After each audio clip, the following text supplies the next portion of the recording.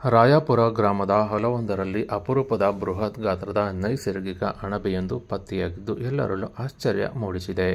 ಇನ್ನು ಅಪರೂಪದಲ್ಲಿ ಅಪರೂಪ ಎನ್ನಬಹುದಾದ ತಿನ್ನಲು ಯೋಗ್ಯವಾಗಿರುವ ಈ ಅಣಬೆಯು ಸುಮಾರು 1 ಅಡಿ ಎತ್ತರ ಇದ್ದು 1 ಅಡಿ ಅಗಲ, ಸುಮಾರು 5 kg ತೂಗುವ ಅಣಬೆ ಇದಾಗಿದೆ. ಇನ್ನು ಕಾಡು ಜಾತಿಗೆ ಸೇರಿರುವ ಈ ಅಣಬೆಯು ಇತ್ತೀಚೆಗೆ ಸುರಿದ ಮಳೆಯಿಂದಾಗಿ ಹೊಲದಲ್ಲಿ ಬಿಳಿ ಛತ್ರಿಯಂತೆ ಕಂಡುಬಂದಿದೆ. ಇನ್ನು ಅಣಬೆ ಶಿಕಾರಿಗೆಂದು ಹೊರಟು ಕಾಡು ಮೇಡು ಅಲೆಯುತ್ತಿದ್ದ ಪ್ರಕಾಶ್ ಎಂಬುವರಿಗೆ ಈ ಒಂದು ಅಪರೂಪದ ಅಣಬೆಯು ಹೊಲವೊಂದರಲ್ಲಿ ಪತ್ತೆಯಾಗಿದೆ.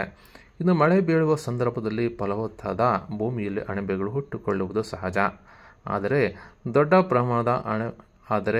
ಪ್ರಮಾಣದ ಅಣಬೆ ಸಿಕ್ಕಿರುವುದು ಇದೇ ಮೊದಲು ಎಂದು ಪ್ರಕಾಶ್ ಹೇಳಿದ್ದಾರೆ. ನಿಜಕ್ಕೂ ಇಷ್ಟು ದೊಡ್ಡ ಅಣಬೆ ನೋಡಿ ಗ್ರಾಮಸ್ಥರು ಕೂಡ ಅಚ್ಚರಿಗೊಂಡಿದ್ದಾರೆ. ಅಷ್ಟೇ ಅಲ್ಲದೆ ಇತಿಹಾಸದಲ್ಲೂ ಕೂಡ ಇದೇ ಇಷ್ಟು ದೊಡ್ಡ ಗಾತ್ರದ ಅಣಬೆ ಎಂದು ಹೇಳಲಾಗುತ್ತಿದೆ.